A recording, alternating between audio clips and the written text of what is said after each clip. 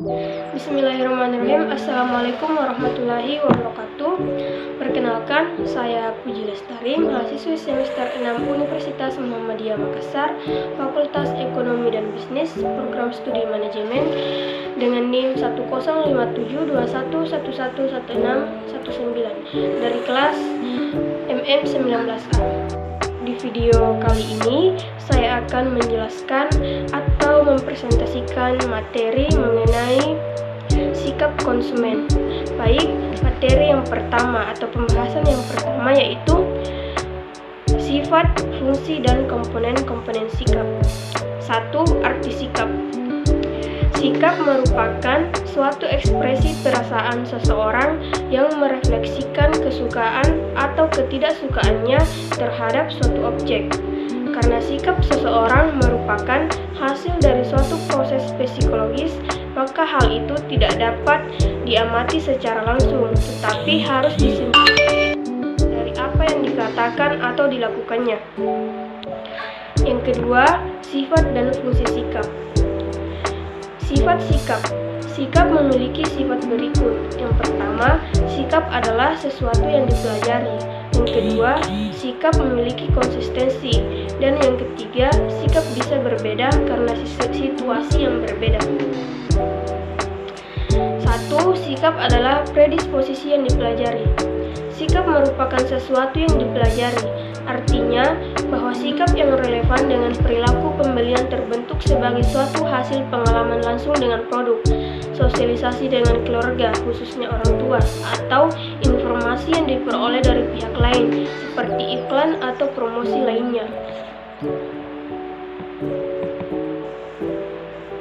Yang kedua, sifat memiliki konsistensi. Sifat bersifat relatif konsisten dengan perilaku yang direfleksikannya. Meski bersifat konsisten, sikap tidak terlalu permanen karena sikap bisa berubah. Yang ketiga, sikap terjadi di dalam sebuah situasi. Situasi yang dimaksud di sini merupakan peristiwa atau keadaan yang pada suatu waktu tertentu memengaruhi hubungan antara sikap dan perilaku. Suatu situasi spesifik dapat menyebabkan konsumen berperilaku tidak konsisten dengan sikapnya.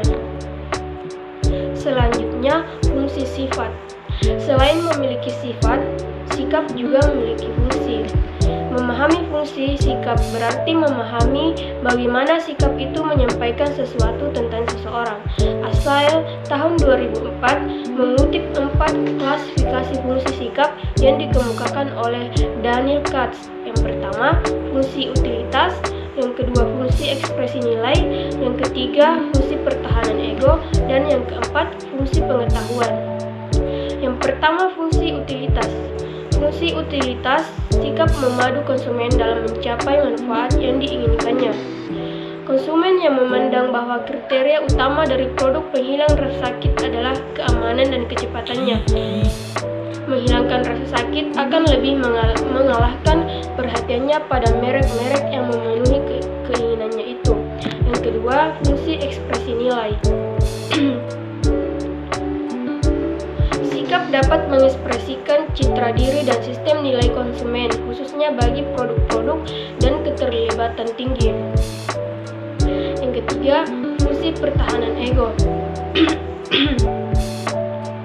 Sikap berfungsi melindungi ego dari kecemasan dan ancaman. Contohnya, seorang konsumen membeli beberapa produk seperti cairan pencuci mulut agar terhindar dari situasi yang menimbulkan rasa cemas. Yang keempat adalah fungsi pengetahuan. Sikap membantu konsumen mengorganisir informasi massal yang dipaparkan kepadanya setiap hari. Konsumen menyaring semua pesan yang diterima dan mengabaikan informasi yang tidak relevan. Fungsi pengetahuan juga mengurangi ketidakpastian dan kebingungan. Iklan-iklan yang memberikan informasi tentang merek baru atau fitur baru dari merek yang ada merupakan informasi yang sangat bernilai. Bagian B, model sikap. Yang pertama, model sikap 3 komponen.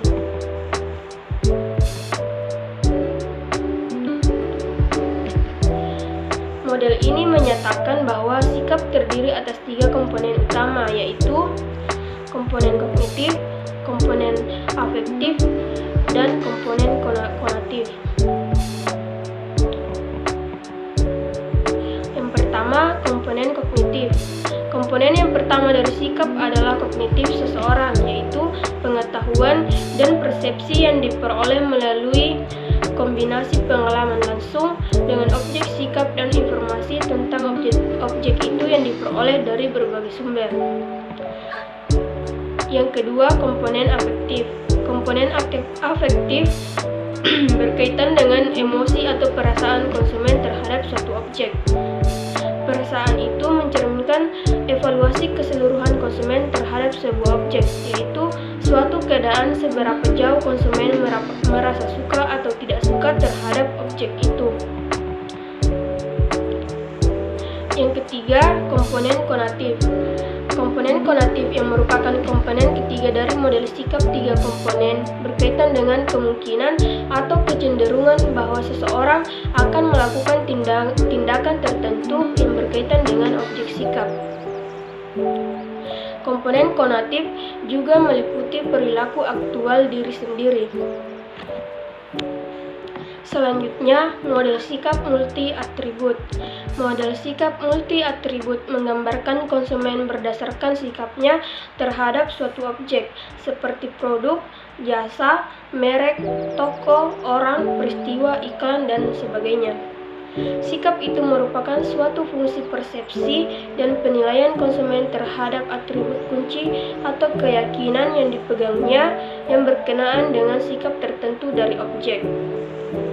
Yang ketiga, model sikap terhadap objek.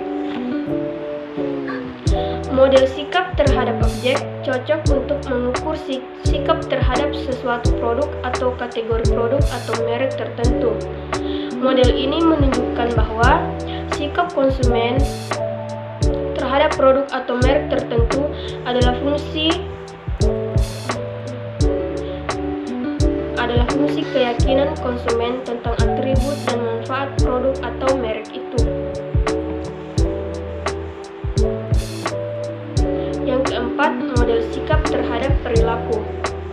Model ini berfokus pada sikap seseorang individu terhadap perilaku atau tindakan yang berkenaan dengan suatu objek, bukan sikap terhadap objek itu sendiri. Munculnya model ini didasari oleh pertimbangan bahwa hubungan sikap lebih dekat dengan perilaku aktual pada hubungan sikap dengan objek. Yang kelima, model sikap berdasarkan alasan bertindak.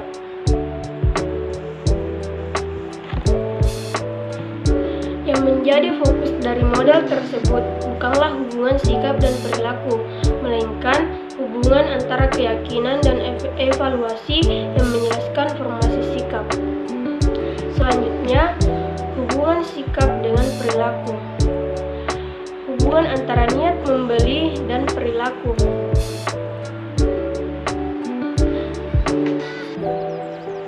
Niat membeli dapat digunakan untuk memprediksi perilaku yang akan datang. Artinya bahwa bila konsumen menunjukkan niat membeli yang tinggi, dapat diduga bahwa ia akan melakukan pembelian aktual.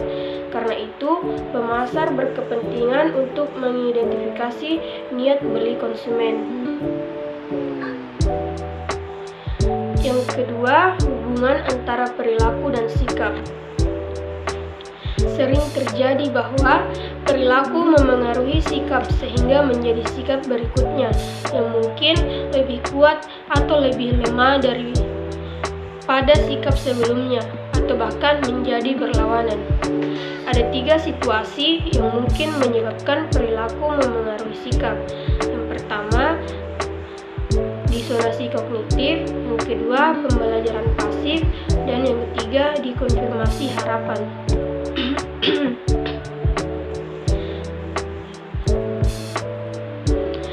Selanjutnya, faktor yang menghalangi hubungan antara keyakinan, sikap, dan perilaku. Yang pertama adalah kurangnya keterlibatan, kurangnya kelayakan pembeli, Yang ketiga, kurangnya pengalaman produk secara langsung.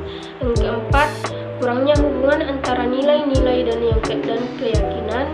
Kelima, perubahan kondisi pasar. Yang keenam, aksesibilitas sikap yang buruk. Selanjutnya, pengembangan sikap.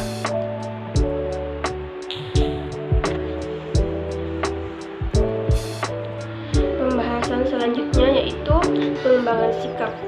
Pemasar perlu memahami bagaimana sikap konsumen terbentuk dan berkembang, sumber-sumber yang memengaruhinya, dan hubungan kepribadian dengan sikap.